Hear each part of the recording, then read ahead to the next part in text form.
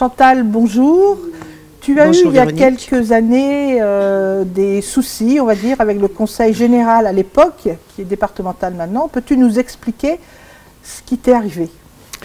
Alors, ce qui m'est arrivé, Véronique, c'est que dans le Conseil général s'était mis à imposer les lits à barreaux pour les assistantes maternelles pour les enfants de moins de 1 an. Ça a été imposé de façon assez brutale et sans explication, d'une part. Donc, avec plusieurs de mes collègues, on avait décidé de se rebeller contre ça, étant donné que dans les textes de loi, rien n'imposait les lits à barreaux. On avait fait donc certaines recherches, on était parti pour faire une pétition dans un premier temps, et comme c'était un petit peu compliqué, du coup j'ai fait appel à toi, justement, pour en savoir un peu plus et savoir comment se défendre.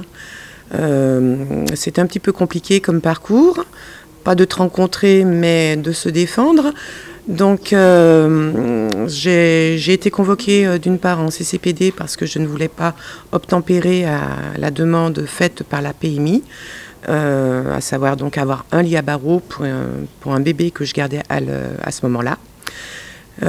Donc je suis passée en CCPD, accompagnée par un membre de FO. Donc à cette CCPD, on m'imposait encore une fois, vu qu'on ne me laissait pas spécialement exprimer pourquoi je ne voulais pas de lit à barreaux, mais on m'imposait, enfin toutes les personnes de CCPD m'imposaient de me plier à ce que demandait le Conseil général, chose que je n'ai donc pas voulu faire.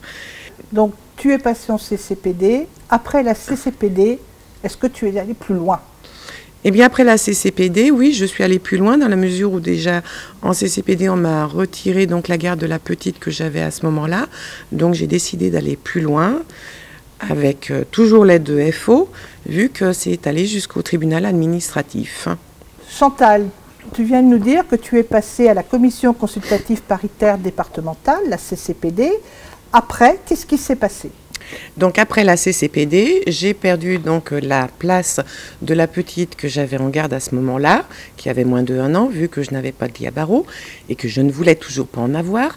Donc j'ai continué en allant au tribunal administratif grâce à FO. Tu as donc été accompagnée par la FGTA FO pour ce tribunal administratif. Alors la question que tout le monde a envie de savoir, a-t-on gagné? Oui, on a gagné. Bon, je n'ai pas eu droit au dédommagement, mais on a quand même gagné. Le message, je pense qu'il faut le faire passer, et on compte sur toi pour le faire passer, parce que je crois que dans le Rhône, malheureusement, tu n'es pas la seule. Mais tu as été la seule à aller jusqu'au bout.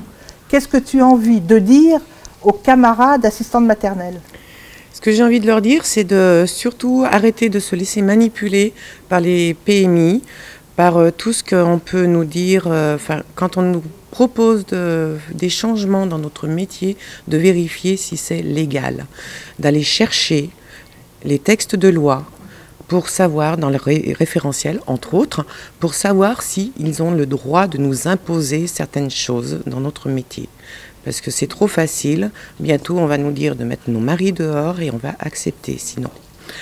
Donc tout le monde va râler dans son coin, mais je pense que râler dans son coin, ça ne suffit pas. Quelquefois, il faut quand même se prendre un petit peu en main et aller accompagner, bien sûr, parce que seul on ne peut pas, mais aller jusqu'au bout de ses idées, de ses opinions et affronter tout ça une bonne fois pour faire voir qu'on est peut-être assistante maternelle, qu'on garde des enfants, mais qu'on a aussi une capacité de penser et de réagir.